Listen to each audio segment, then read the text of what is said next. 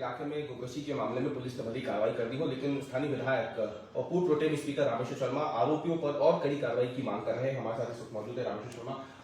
Jail चले गए, NSA भी उन पर लग गया है, और क्या कठोर कार्रवाई हुई? अवैध संपत्ति में बुलडोजर भी चल गया उनकी। नहीं, ये सब तो ठीक है, लेकिन ये दहशत पैदा होनी चाहिए। भारत का कानून, भारत का संविधान इस बात के लिए इजाजत नहीं देता है।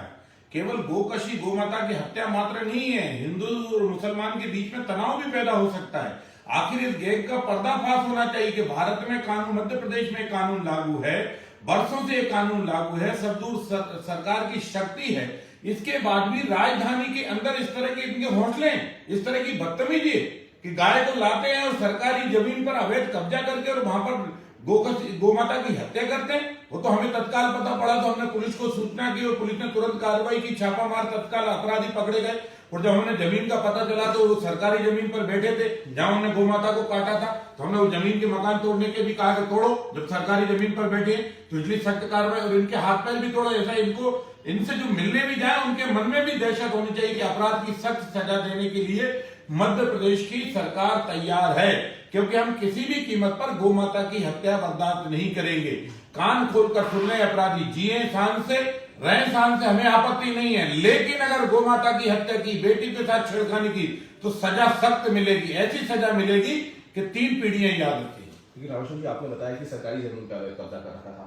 आप ही की सरकार इतने सालों से मध्य प्रदेश में, भोपाल में आपकी सरकार है, आपकी सरकार से मतलब यहाँ पे अगर हम नगर निगम की बात करते हैं तो फिर ये पदक भी तो आप ही के राज में है ना।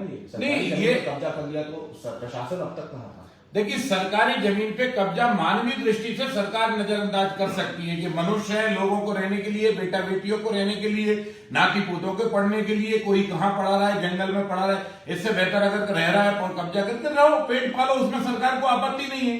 लेकिन सरकारी जमीन पर तुम गोमाता की हत्या करो तो बर्दाश्त नहीं किया जाएगा। सरकारी जमीन पर तुम अवैध मकान बना के रहने के लिए है, पर बेटी की इज्जत लूटोगे तो मकान भी तोड़ेंगे और हाथ पैर भी तोड़ेगी।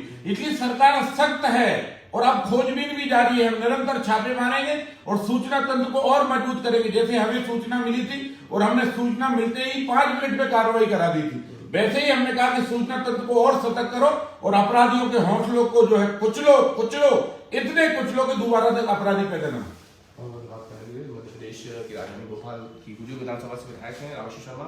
अपने हिंदूवादी चेहरे की वजह से, हिंदूवादी बयानों की वजह से हमेशा सुर्खियों में रहते हैं। और अब ये जो पूरा मामला सामना है भोपाल का, राजधानी भोपाल का, उसमें भी रामेश्वर शर्मा ही वो शख्स है जिन्होंने सबसे पहले पुलिस को इस बात की जानकारी दी थी। कैमरामैन रमेश के साथ रमेश पाल सिंह, भोपाल, आज तक।